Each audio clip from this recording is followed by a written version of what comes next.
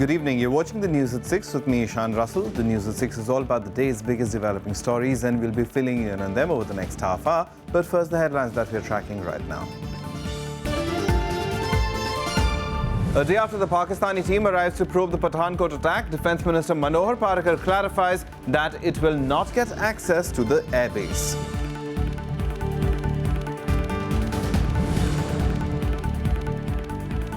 In Uttarakhand, Congress moves High Court against imposition of President's rule in the state. BJP defends the decision, says it's ready for any eventuality.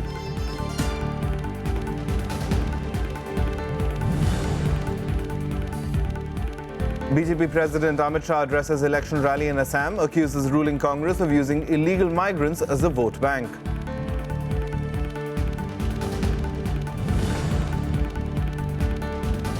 President confers Padma Awards on 56 recipients, including Dhirubhai Ambani, Jagmohan, Anupam Kher and badminton ace Saina Nehwal.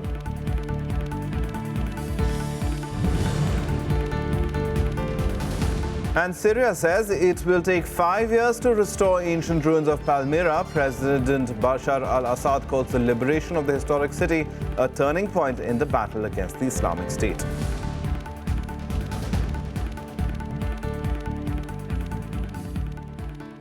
Our top story this evening, Defence Minister Manohar Parrikar today said the joint investigation team of Pakistan will not be allowed to go anywhere near the Pathankot airbase. Now, this was after the Congress raised concerns over the matter. Defence Minister Manohar Parrikar on Monday clarified that Pakistan's joint investigation team will not get access to the entire Pathankot airbase. He said the crime scene will be barricaded. There is no permission granted for the joint inspection team to visit the airbase. We have specifically refused the permission for them to go anywhere in the airbase. However, an area where actual crime scene has taken place has been handed over long back to National Investigation Agency, who is conducting the investigation in crime. The team has visited the National Investigation Agency headquarters for a briefing by NIA officials about the probe conducted so far. The Congress meanwhile slammed the NDA-led Modi government for rolling out the red carpet for the 5-member team from Pakistan. Prima facie, it appears to be a case of an accused investigating himself. Secondly, by allowing a Pakistani investigation team to visit and investigate, BJP government has for the first time distinguished and therefore recognized that Pakistani establishment does not have a role in perpetuating terror in India, more so in context of Pathankot terror attack. A Pakistani team includes an ISI official. All members are slated to visit Pathankot on Tuesday to collect evidence on the attack allegedly carried out by the Jaish-e-Mohammed terror group on January 2nd, which left 7 security personnel dead. Krishan Tripathi report for Rajya Sabha TV. Now, the Defence Ministry today asked the Ministry of External Affairs to provide all assistance to a former Navy officer who was arrested in Balochistan on charges of spying. Defence Minister Manohar Parrikar said the Defence Ministry had asked for all assistance to be given to former naval officer Kulbhushan Yadav. Yadav was arrested in Pakistan last week on charges of spying. According to a report, Yadav was speaking with his family members in India when he was arrested.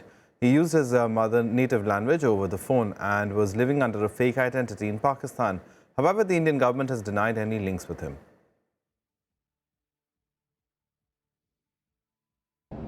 We do agree, to the extent I know, that he is an Indian citizen, and therefore we have agreed this, that he is an Indian citizen. We have asked for consular access and more information जब MEA से मुझे मिलेगा. Since I am concerned with any armed forces ex-personnel also, I will definitely provide you the information. But from my side, I have indicated to MEA that he is our ex-officer, so he should be given all the assistance, all the support required. The Congress party moved the Nainital High Court against the imposition of President's rule in Uttarakhand. The BJP-led centre had cited a constitutional breakdown in the state to impose the decision a day before former Chief Minister Harish Rawat was to take a floor test in the Assembly. Rawat today met State Governor K.K. Paul to present his party's position on the crisis. A day after President's rule was imposed in Uttarakhand, the BJP claims it's considering all options, including facing immediate elections. There was clearly a constitutional crisis. The cabinet took a decision, and obviously, to prevent a constitutional crisis from happening from 1st of April, President's rule has been imposed. The BJP is justifying central rule, claiming there is constitutional breakdown in the state, a view that the Congress has dismissed outright. Party leaders moved the High Court in Nainital on Monday. Against the move, former Chief Minister Harish Rawat also met the Governor KK Paul. सभी officer से meeting हुई है और ख़ास तौर से emphasise किया गया है कि हमारी कार्यशैली ऑनेस्ट, एफिशिएंट और ट्रांसपेरेंट होनी चाहिए और पब्लिक ओरिएंटेड होनी चाहिए। मैंने सारे सेक्शन लगाए हैं और वो सेक्शन बहुत साफ तौर पर कहते हैं कि विनियोग विधेयक कैसे पारित होगा और उसमें स्पीकर के अधिकार क्या हैं, वो हमने उनको दिया है। राज्यपाल महोदय ने बहुत गौर से हमारी बात को सुना। हमको पूरी उम्मीद है कि उस पर वो जरूर मनन करेंगे। The BJP rejected allegations that the Modi government was trying to destabilize Congress governments in the states, even as party leaders accused former Chief Minister Harish Rawat of indulging in horse trading. When their finance bill was defeated on the floor of the House and 35 MLAs came out openly saying that they have voted against the bill, on that very day, they have lost the constitutional right to be in the office. In my opinion, on all constitutional, political and moral ground, Congress has lost on every aspect, and still if Congress is saying that some injustice was done on their part, it is surprising and ridiculous. Meanwhile, other parties criticize the centre's decision, calling it a blatant attempt to destabilize elected governments. Because whether an elected government has majority or minority, it has to be tested on the floor of the House. When there is a deadline, why the central government should act in such a haste? It clearly shows the central government doesn't want the non-BJP government in Uttarakhand. बजाय कांग्रेस मुक्त भारत बनाने के, भाजपा मर्यादा मुक्त भारत बनाने में लगी हुई है। मैं निंदा करता हूँ इसके मामले में। सुप्रीम कोर्ट का फैसला है कि बहुमत तय करने का और सिद्ध करने का एकमात्र स्थान विधानसभा है। जिस तरह से ये कायरतापूर्ण कार्रवाई की गई है, उससे लोकतंत्र के लिए गंभीर खतरे भी पैदा हो गए। On Sunday, the centre brought Uttarakhand under President's rule, citing a constitutional breakdown in the wake of a rebellion in the ruling Congress party. President Pranab Mukherjee signed the proclamation under Article 356, dismissing the Harish Rawat government and placing the assembly under suspended animation. Bureau Report, Rajya Sabha TV. Now, the Aam Aadmi Party presented its second budget for the national capital. Deputy Chief Minister Manish Sisodia made several crucial announcements benefiting sectors like education, health and transport in Budget 2016-17. Now, one of the major allocation, however, has gone into the kitty of municipal corporations that went on strike many times in the past year over pay issues. More details in this report. मैं वित्त वर्ष 2016-17 का budget इस सम्मानित सदन के समक्ष प्रस्तुत कर रहा हूं। Delhi's Deputy Chief Minister and Finance Minister Manish Sisodia giving details of the 46,600 crore rupees annual budget for the city-state for 2016-17. The big gainers this year will be the municipal corporations, whose allocation has been hiked by nearly 1,000 crore rupees. 10,690 crore rupees have been allocated to the education sector, while 1,600 crore rupees have been set aside to continue electricity subsidy for residents of Delhi. 676 crore rupees have been set aside for the purpose of providing safe drinking water through pipeline in every colony by December 2017. हमारा मकसद है दिल्ली के लोगों को साफ पानी पिलाना और टैंकर माफिया का सफाया करना। टैंकर माफिया जैसे हॉस्पिटल में प्राइवेट हॉस्पिटल, स्कूल्स में प्राइवेट स्कूल्स, वैसे ही पानी क्यों ठीक नहीं हो रहा? क्योंकि टैंकर माफिया का भी राज चलता है। तो टैंकर माफिया का राज खत्म करना और घर घर तक पीने का साफ पानी पहुंचाना, ये हमारी सरकार ने अपने लिए लक्ष्य रखा है। हम टीचर्स को एडवांस ट्रेनिंग दिलाना चाहते हैं दुनिया के सबसे बेहतरीन संस्थानों के द्वारा। और SCRT का जो ट्रेनिंग व्यवस्था है उसके कार्यक्रमों को भी हमने अपग्रेड किया है। इसके लिए आगामी वित्त वर्ष में हमने 102 करोड़ रुपए का प्रावधान रखा है। The other highlights include CCTV cameras in every classroom in Delhi schools, for which 100 crore rupees have been allocated. 10 crore rupees have been set aside for the Aam Aadmi canteens, modelled on the Amma canteens in Tamil Nadu. Other crucial announcements include slashing of VAT on sweets and snacks and ready-made garments from 12.5% to 5%. Chief Minister Arvind Kejriwal hailed the budget, calling it a budget of the Aam Aadmi by the Aam Aadmi. बहुत ही बढ़िया budget है।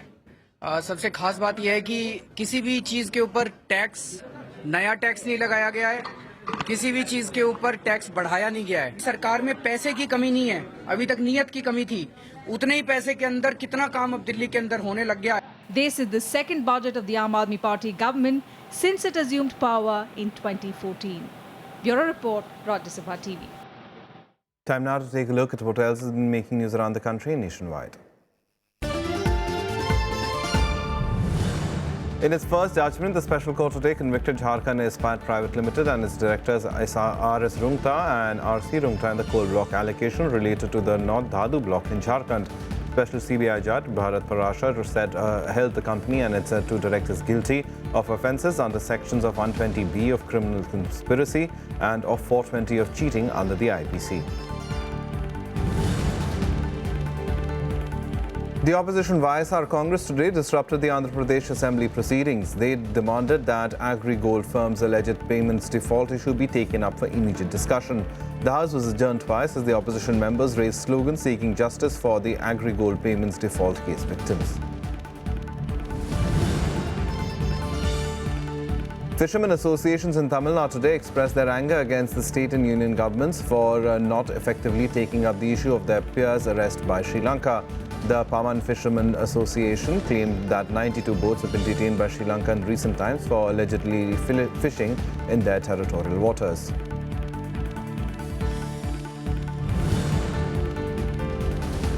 A fire broke out in a scrap godown in Agra's Rakabganj area late on Sunday night. Several fire tenders were rushed to the spot to douse the flames. The fire was brought under control. There is no news of any casualties so far. The cause of the fire is yet to be ascertained.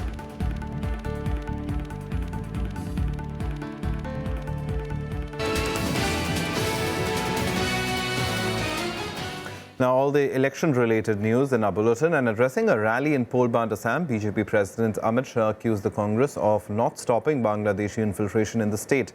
He said that the party was using illegal migrants as its vote bank. Shah promised that the BJP would bring an end to infiltration by sealing the Bangladesh border. The BJP chief even challenged the Congress president to say she would stop Bangladeshi infiltration. Time for us to take a short break now. Lots more on the other side. Do stay tuned.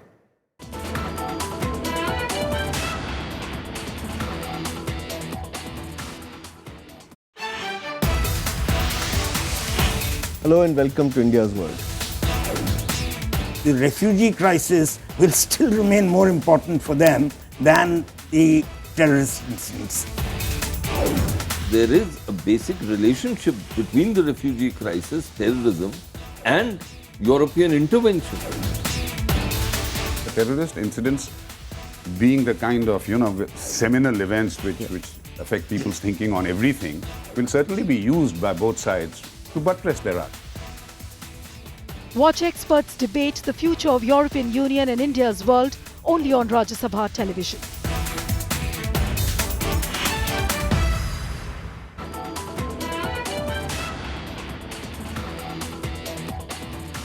Welcome back. You're watching the news at 6. Some international news now. And the death toll in the horrific suicide blast in Lahore on Sunday has climbed up to 72. The number may rise further as nearly 300 people were injured in the explosion, with some of them in a critical condition.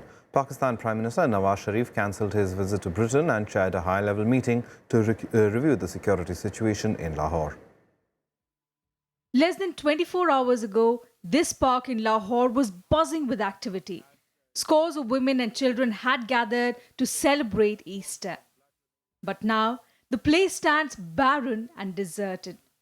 A powerful blast ripped through the park Sunday evening, killing more than 70 people, mostly women and children, and injuring hundreds. Hours after the deadly explosion, eyewitnesses recounted the horror. जिस वक्त ये धमाका हुआ मैं झूले के पास था यहाँ बहुत जोरदार धमाका हुआ हम लोग भाग के आए हैं तो यहाँ खून बहुत ज़्यादा दिख रहा था और आवाम गिरी हुई दिख रही थी यहाँ कोई सिक्योरिटी का इंतजाम नहीं है नहीं सारे हम कैंटीन पे बैठे थे तो मुझे तो फ़ोन आया था मोबाइल में फ़ोन आया तो मैं बाहर रश इतना था शोर नहीं हो रहा था मैं ना मेरे कज़न आए थे बाहर तो मैं उधर गया हूँ बुलाने के लिए उनको तो मैं गेट के पास कर रहा हूँ तो अचानक ही धमाका हो गया. The attack forced Pakistani Prime Minister Nawaz Sharif to cancel his visit to Britain.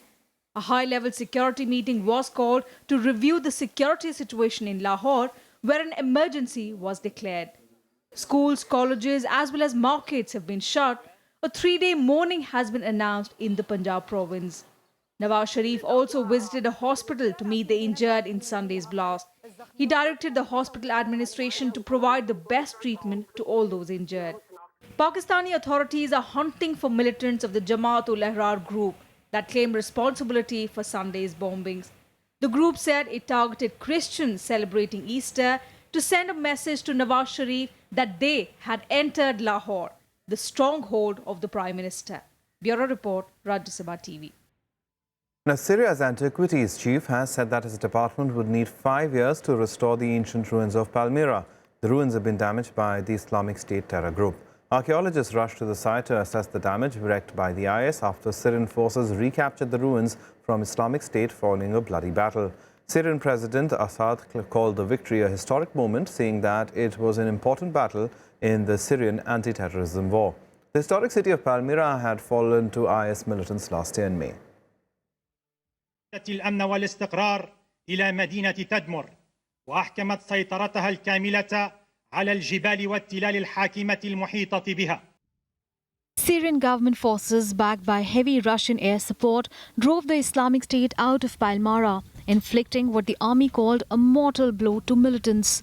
The Islamic State seized the city last year and destroyed most of its ancient temples. The loss of Palmyra is being seen as one of the biggest setbacks for the Islamist group. Syrian President Bashar al-Assad called the liberation of the historic city an important achievement. Assad also termed it as an indication of the success of the strategy pursued by the Syrian army and its allies in the war against terrorism. Russian President Vladimir Putin also called Assad to congratulate him on the recapture. Putin assured Assad that despite the withdrawal of bulk of Russia's military contingent from Syria, Russian forces will continue to help the Syrian authorities in their anti-terrorist efforts. The United Nations also expressed relief over the recapture. We are encouraged and fortunate that Syrian government forces have been able to retrieve and defeat the ISIS from Palmyra and is now able to preserve and protect these human common asset, cultural asset. And I'm also encouraged by their announcement that they will try to not only preserve and protect, they will try to restore. I hope they will be able to do that. Palmyra is all set to become a launch pad to expand military operations against Islamic State. Syrian forces have promised to tighten the noose on the terrorist group and cut supply routes ahead of their complete recapture. وبالتالي أمامنا طريق طويل لمحاربة داعش لإقفال الحدود لمنع دخول المجموعات المسلحة. عندها يمكن أن نقول بدأ الحل السياسي وبدأ السلام يعود إلى هيئة حكومية انتقالية أم هيئة حكومة موحدة موسعة ما بين جميع السوريين. النقطة الثانية هل هناك سيكون ديمقراطية برلمانية أم رئاسية. While destroying the terror network remains the final goal, restoration of the World Heritage Site is also a priority, a target that is likely to be achieved by the end of the year. هناك الأعمال قد تنتهي خلال 2016 بكل بساطة. لدينا الإمكانيات هائلة كمدير عام الآثار والمتاحف بما نملك من خبرات الموجودة وأصلا قمنا بعشرات المشاريع الترميم في موقع تدمر. لدينا الخبرة المتراكمة حول هذا الموضوع. Lasting peace in Syria remains a distant and elusive prospect as it is confronted with both military and political obstacles. Despite the recent retaking of the ancient city of Palmyra from the Islamic State, Syrian government forces still have a long way to go before they eliminate all terrorist groups from their territory. Bureau Report, Rajya Sabha TV. The Belgium police have released CCTV footage in an attempt to identify the third Brussels airport attacker whose bomb did not explode. The CCTV footage posted on a police website shows a man wearing a white coat in a hat pulled over his forehead, pushing a trolley through the Brussels airport on the 22nd of March, the day of the bombing. Police have not named the suspect in the video yet. Meanwhile, authorities have revised the death toll up to 35 after 4 people died of their injuries in hospital. The attacks have been claimed by the Islamic State. In and around Brussels and Antwerp, police have carried out 13 new raids in connection with the attacks, with 9 people questioned and 5 later released. Some more international news now and global buzz. Bangladesh's High Court today rejected a petition by secular activists to scrap Islam's status as the state religion. The petition triggered countrywide protests by Islamist groups. Bangladesh was officially declared secular after the 1971 War of Independence from Pakistan, but in 1988, the then military ruler, General Hussain Muhammad Ershad, elevated Islam to the state religion.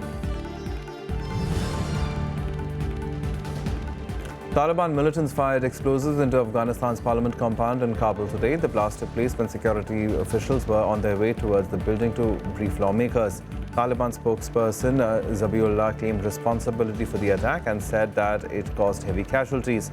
But Afghan lawmakers contradicted the claim and said no one was wounded. Amid heightened military tensions in the Korean peninsula, South Korean activists launched thousands of anti-Pyongyang leaflets into North Korea for the second time in 3 days. The conservative activists, including many North Korean defectors, used gas-filled balloons to float 1 lakh leaflets criticizing North Korean leader Kim Jong-un over the heavily militarized border. Chinese President Xi Jinping is en route to Czech Republic for a 3-day state visit. He will meet Czech President Miloš Zeman along with Czech officials. Jinping's landmark state visit will be the first by a Chinese head of state in 67 years. It's expected to promote mutual investment and people-to-people exchanges. A man in Saudi Arabia was arrested for flying a rainbow flag above his house, not knowing it symbolizes LGBT pride. The man claimed he had no idea of the flag's symbolism and has bought it because his children found it pretty. Saudi religious police released him after they spotted the flag outside his house. The flag was later removed and after an investigation, the man was reportedly bailed out. Some sports now, and in the ICC World T20, South Africa will take on Sri Lanka in the final match of the Super 10 stage at Firozshah Kotla in Delhi later today. With both teams already out at the semi-final race, the match is being seen as inconsequential. But the teams will surely have to end their ICC World T20 campaign on a winning note. The two teams were knocked out of the tournament following England's 10-run victory over Sri Lanka on Sunday. And South Africa and Sri Lanka have managed to win just 1 game in their 3 outing, and that too against Minnows, Afghanistan. Time now for all the other sporting action in Sportsbeat. Top seed MC Mary Kom and L. Sarita Devi advanced to the quarterfinals of the Asian Olympic qualifying tournament in Shenyang. 5-time world champion Mary Kom defeated Kazakhstan's Nazim 2-1 in her opening bout, while former Asian champion L. Sarita Devi got the better of Japan's Tomoko Kugimiya to enter the last 8. 5-time world champion Vishwanath Anand played out a thrilling draw with Anish Giri at the Candidates Chess Tournament in Moscow. The draw might just be the end of Anand's aspirations for the next World Championships, as the Indian may not have theoretical chances of winning the Candidates that would have ensured another world title clash with Magnus Carlsen of Norway. Top seed Novak Djokovic and Thomas Berdych have advanced to the 4th round of the Miami Open. Djokovic defeated 25th seed Sousa of Portugal 6-4, 6-1 to advance to the next round. He will play 15th seed Austrian Dominic Thiem. Meanwhile, Thomas Berdych outed American Steve Johnson 6-3, 6-7, 6-3. He'll now face 10th seed Richard Gasquet of France.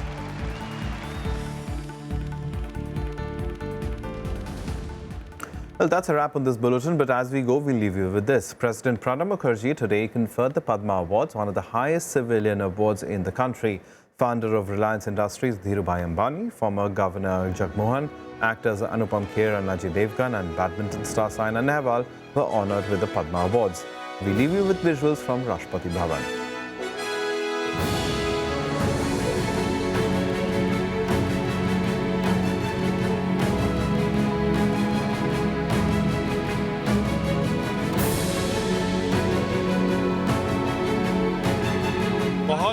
अच्छा लगा. Great moment for me. गर्व महसूस कर रहा हूँ. Country का नाम और रोशन करूं.